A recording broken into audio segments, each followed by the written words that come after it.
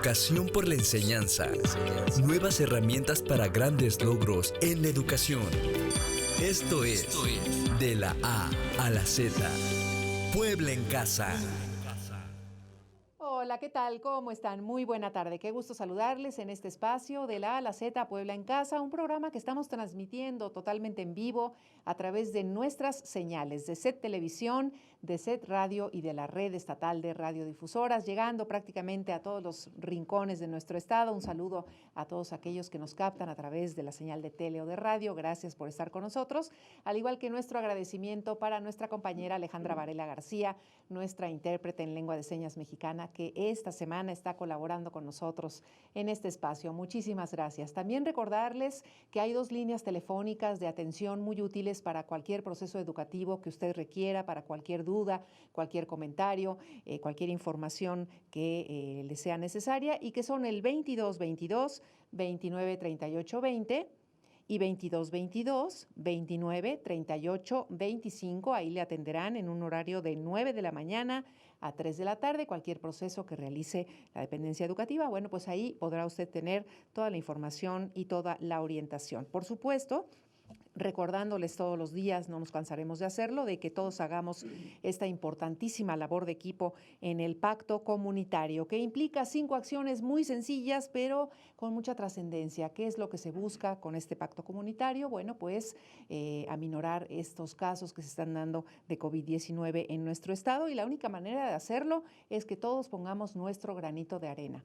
¿Cómo? Lavarnos las manos frecuentemente con agua y jabón. Si lo tenemos a la mano, utilicemos este mecanismo, al igual que desinfectar y limpiar objetos y superficies de uso común. Recuerde que siempre hay que mantener una distancia de 1,5 metros o 2 metros con las personas que nos rodean. De repente como que no nos da mucho gusto hacer eso, queremos acercarnos más, a veces no nos escuchamos. Bueno, pues hay que hacer lo posible por tener esta distancia que nos va a proteger y los va a proteger a ellos. No tocarnos la cara, y también la utilización correcta del cubreboca cada vez que vamos a salir de casa, si vamos a alguna institución bancaria, si vamos a hacer algún trámite, si vamos a comprar algo de comida, en fin, lo que necesitemos. No hay que quitarnos el cubreboca para nada. Si recibimos una llamada telefónica, no nos lo quitemos hasta que regresemos a casa. Si es lavable, lo lavamos, y si es desechable, lo tiramos. Así que estas son muy importantes acciones en este pacto comunitario. Me cuido yo, te cuidas tú, nos cuidamos todos, y así bajamos el índice de contagios aquí en nuestro estado. Y bueno, desde el lunes el tema ha estado muy interesante con respecto al regreso seguro escolar, al regreso escolar seguro de educación obligatoria. Y pues hoy contamos con la presencia de la doctora Coral Morales Espinosa, doctora en educación. Muchas gracias, Coral, por estar con nosotros. Bienvenida, qué gusto tenerte por aquí. Pues con mucho gusto estamos aquí presentes. Gracias por la invitación, Nuria. Al contrario, y también Maribel Filigrana López, maestra en educación. Muchas gracias, Maribel, qué gusto tenerlas. Hola, Nuria, el gusto es mío. Porque bueno, el trabajo es arduo, son buenas noticias, son muchos lineamientos que hay que platicar, y lo que primero me gustaría que nos dijeras, doctora Coral, es cuando nos referimos a educación obligatoria, ¿de qué periodo nos estamos refiriendo? Exactamente, ¿Qué rangos, verdad? ¿Qué es lo que se abarca? Bueno, la educación obligatoria contempla la educación preescolar, la educación primaria, la educación secundaria y la educación de media superior, los bachilleratos o preparatorios. Cuando hablamos de educación obligatoria, este es el rango, digamos. Así es. Muy bien. Y se han hecho unos lineamientos para el regreso seguro en esta educación obligatoria. Así es, Nuri, precisamente de eso venimos a platicar. En primera instancia, nos estamos preparando para retornar a una nueva normalidad. ¿Cómo lo estamos haciendo? Bueno, pues dando certezas para que este regreso a las instituciones pues sea seguro. ¿Qué tenemos como objetivo? Bueno, como objetivo hemos establecido garantizar el derecho a la educación en condiciones de salud para todas y todos los estudiantes y los agentes educativos del Estado de Puebla, brindando condiciones de asequibilidad, accesibilidad, aceptabilidad y adaptabilidad, nuestras 4 A's. También hay un fundamento legal.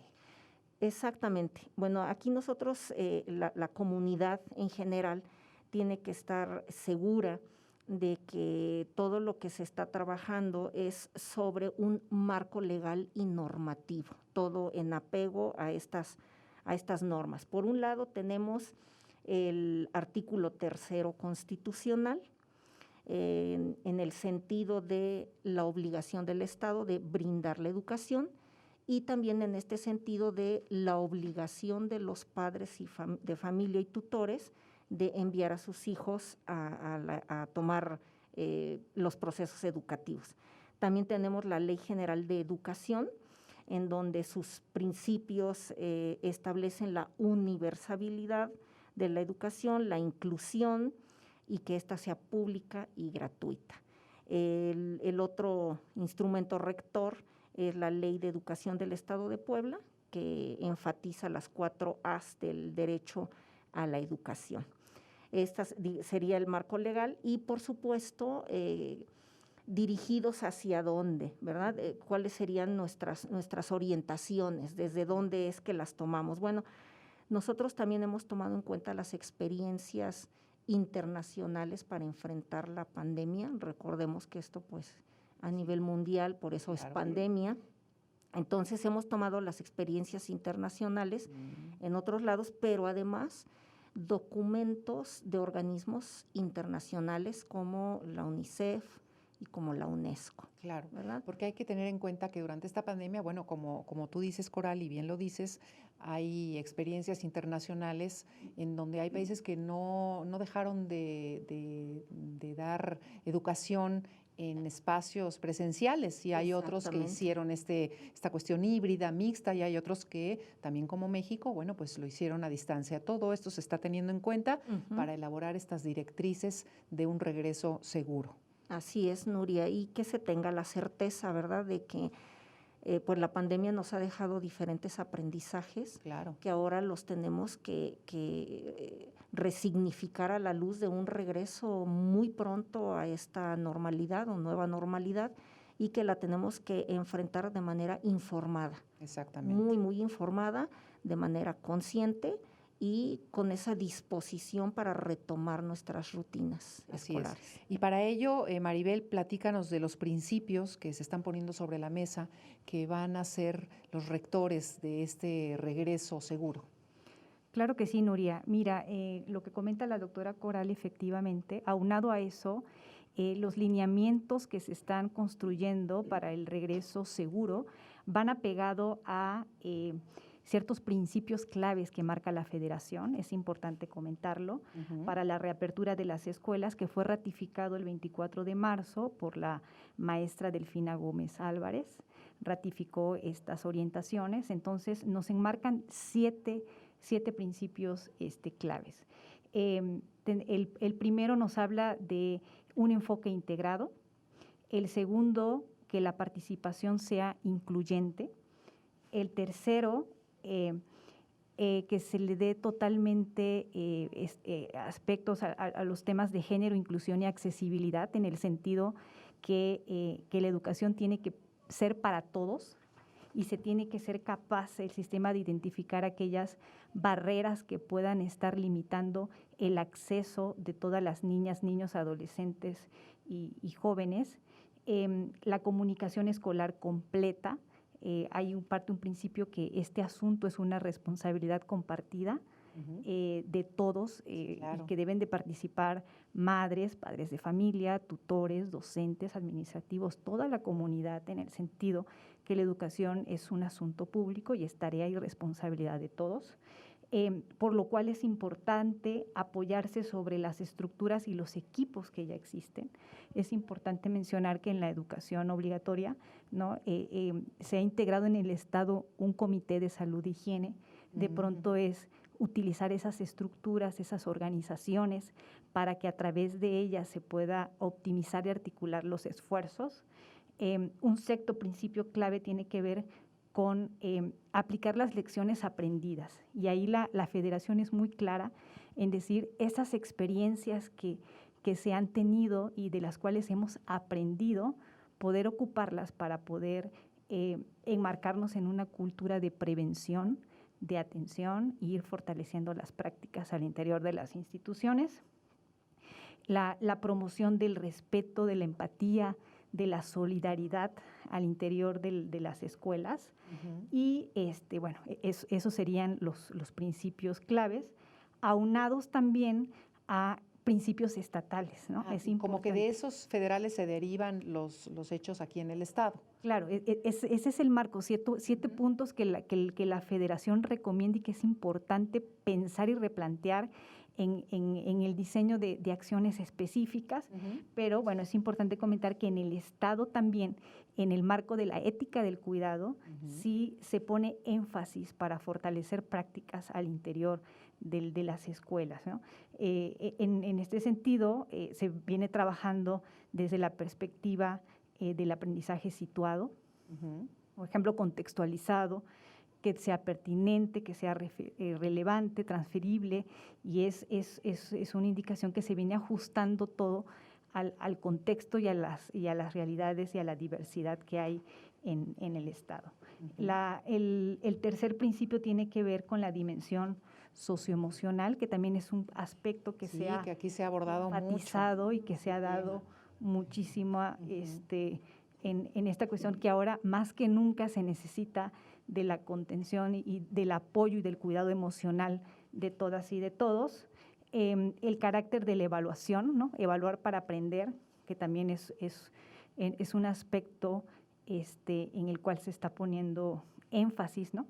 Y la estrategia, ese nadie afuera, ese nadie atrás, que ve en función de poder identificar sobre todo los niveles de comunicación, de inexistentes, intermitentes, y creo que es importante este seguimiento sistemático que se ha venido haciendo para poder, a partir de estos principios, establecer una ruta clara, lineamientos que permita un regreso escolar seguro y sobre todo pensando en estas diversas perspectivas de manera integral.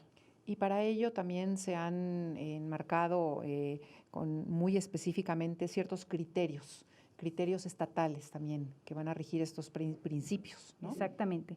Aunque se está preparando y se está construyendo y ajustando estos lineamientos, sí hay 3 criterios fundamentales que se han enmarcado como las 3 Bs, ¿no?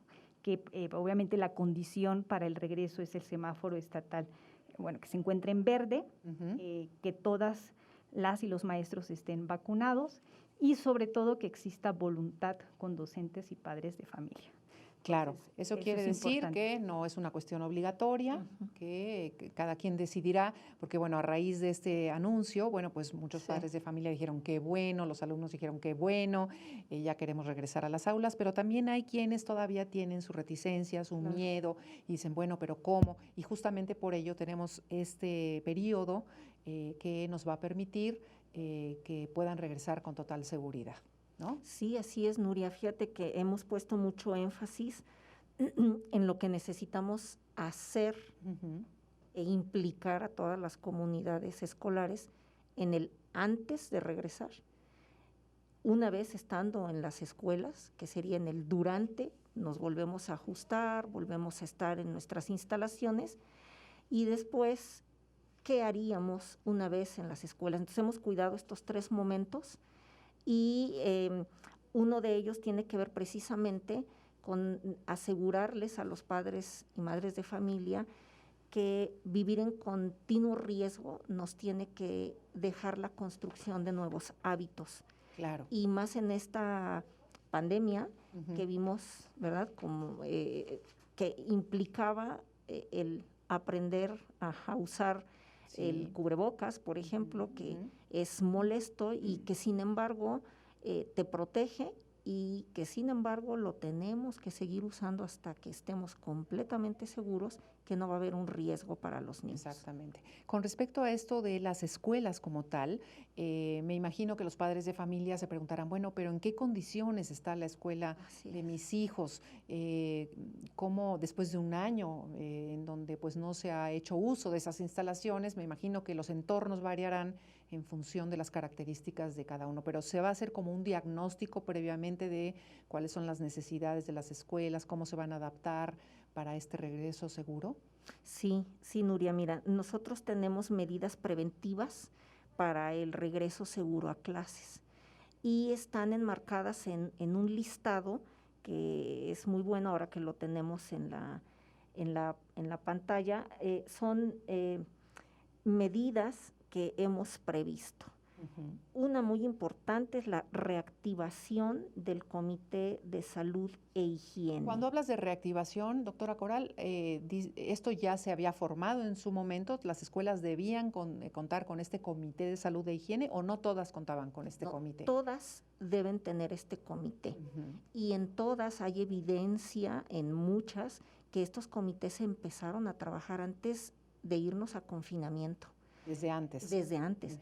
Yo creo que una semana antes del confinamiento, estos comités que se derivan de un comité más amplio de participación social, tenían la tarea de convocar a los padres de familia para establecer los filtros a la entrada, al acceso en la escuela. Entonces, tengan la certeza de que estos comités existen. Sin embargo, a un año de haberse instalado, podemos tener diferentes escenarios, hay que reactivarlos. Algunos seguirán completos, otros tendrán que renovar a miembros. Aquí lo importante es que este comité va a movilizar la participación de todos los papás.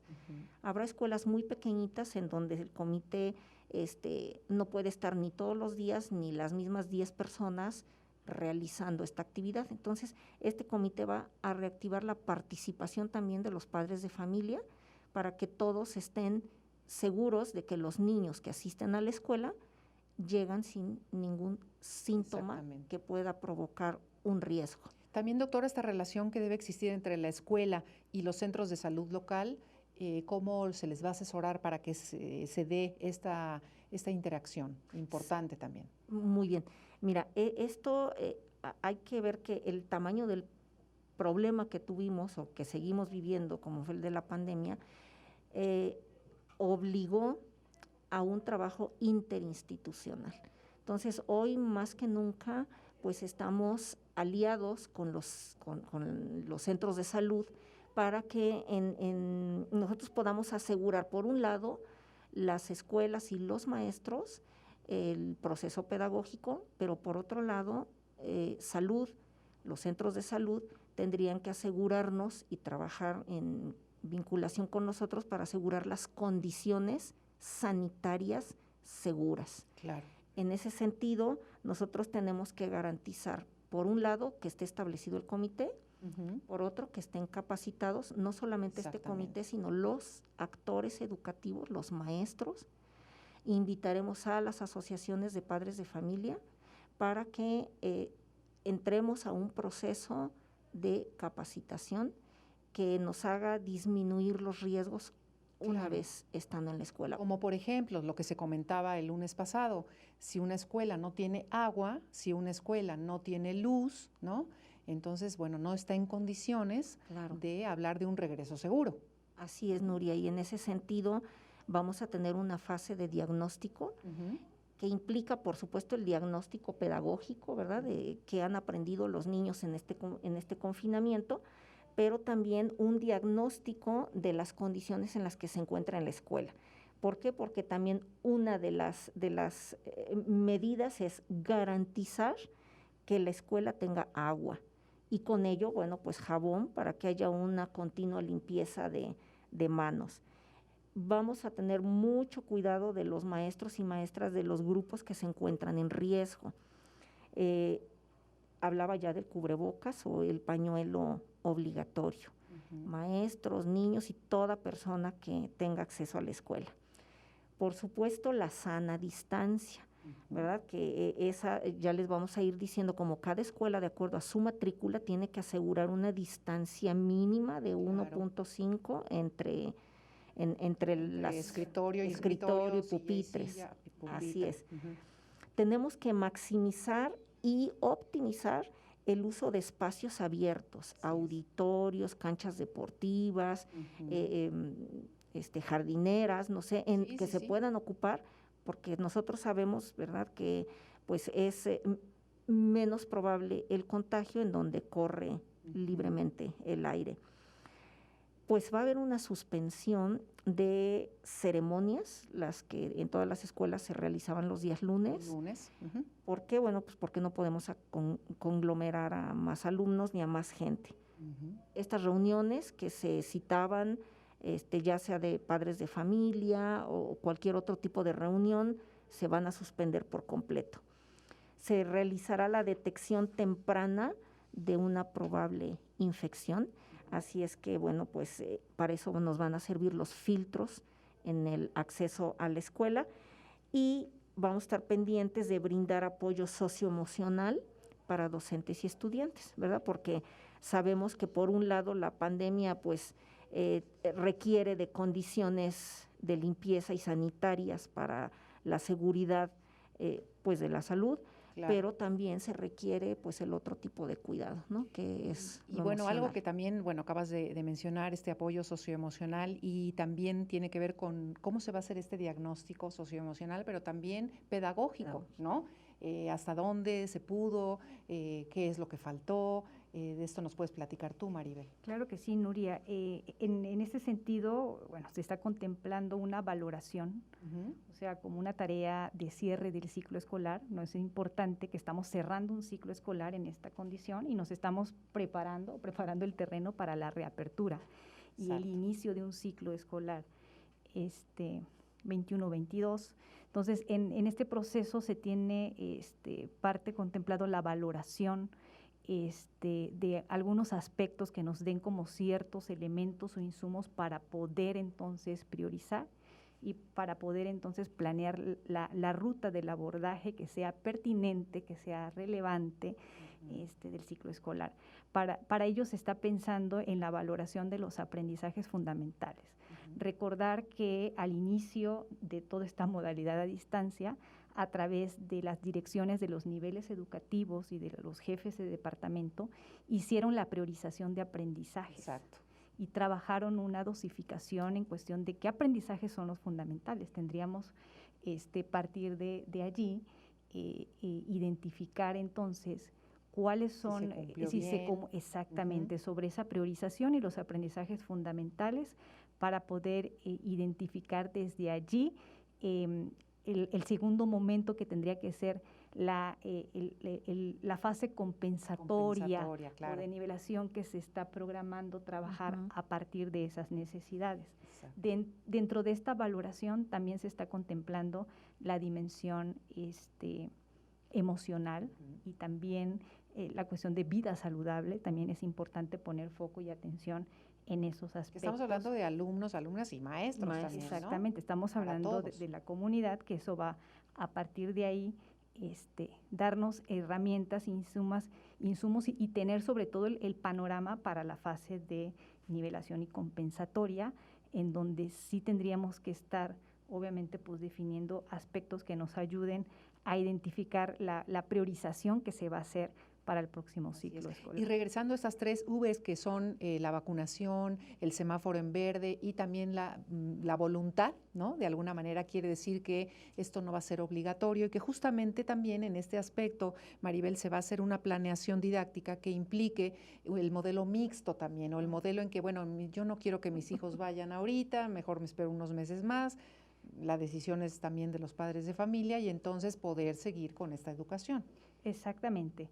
Recordar que parte de los lineamientos federales viene en cuestión de la sana distancia y de la distribución, la asistencia escalonada, ¿no? Que hablamos los días lunes, los días miércoles, dependiendo en la distribución por orden alfabético, y los días viernes asisten aquellos estudiantes que tienen algún tipo de dificultad y que pudiéramos utilizarlo. Ante eso va a obligar también, y ya estamos construyendo esta serie también de lineamientos que orienten, porque va a implicar una planeación combinada, ¿no? Sí.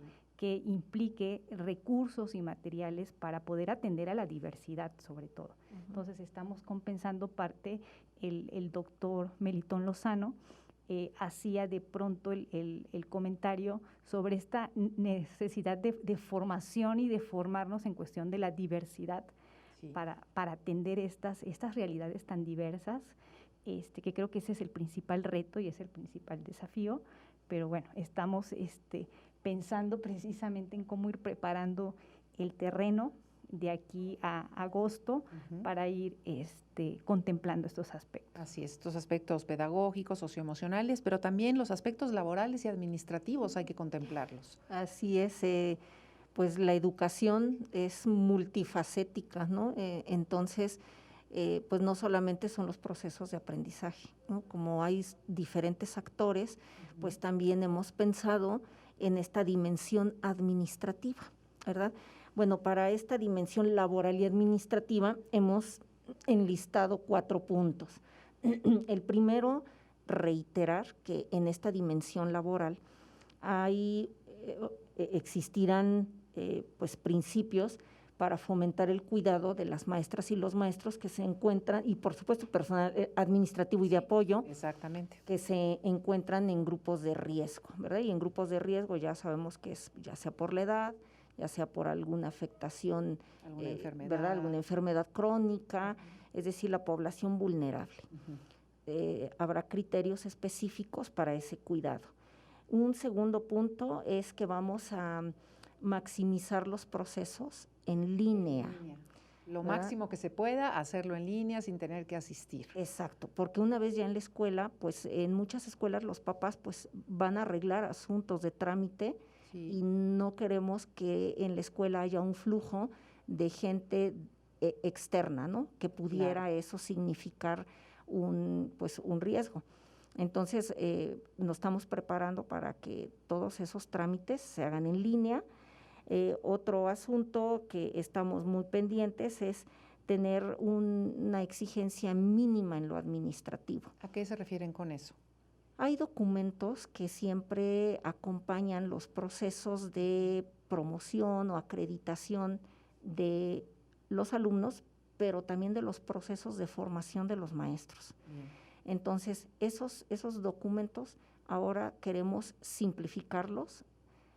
Si eran 3, pues tratar de que sea 1, es un ejemplo, y que además de que sean en línea, que puedan circular de otra forma, ¿no? Por correo electrónico, por WhatsApp, para que también no haya el contacto con la persona y con el documento, con el préstamo del lapicero, etcétera, ¿no? Cierto, todo eso tiene que ver, todo eso es cuidado. Sí, es que son infinidad de procesos que se dan en las escuelas. Entonces nosotros tenemos que prever todo eso, ¿no?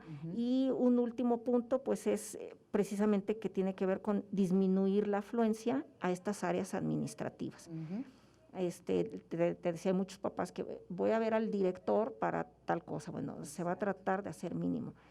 Retomando y un poco lo que decía la maestra Maribel, aunque va a haber criterios y lineamientos, orientaciones, directrices generales, pues los maestros y maestras y los directivos tienen que estar seguros que cada escuela es única y diferente a la otra. Entonces nuestros lineamientos van a ser generales, pero nosotros estamos apostando a que hoy más que nunca los maestros conocen el contexto de cada escuela y pueden sobre los lineamientos generar las propuestas idóneas, óptimas para la población escolar. Y hay que recordar que estos lineamientos generales de los que hoy vinieron con nosotros a hablarnos Maribel y la doctora Coral son para escuelas públicas y privadas. Y privadas, exactamente. Son lineamientos que ya hemos comentado, se derivan de los marcos legales de experiencias internacionales y que pues tienen que regir nuestro actuar para el regreso a clases. Y de esto ya estaremos hablando, por supuesto, tenemos el suficiente tiempo para ir detallando específicamente cada una de las áreas que a los padres de familia les preocupa, que a los maestros les preocupa, que a los mismos alumnos y a los alumnas les puede preocupar. Así que justamente para eso es de la A a la Z, Puebla en Casa. Muchas gracias, doctora Coral Morales Espinosa, por tu presencia aquí y gracias a la maestra Maribel Filigrana López. Gracias a las dos, un gusto. Nosotros nos vamos, pero recuerde que mañana tenemos una cita en punto de las 12 en este espacio y por lo pronto pasen muy, pero muy buena tarde. Gracias.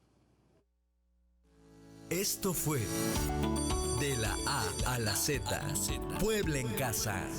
Un viaje por el conocimiento de las nuevas tendencias digitales en la educación.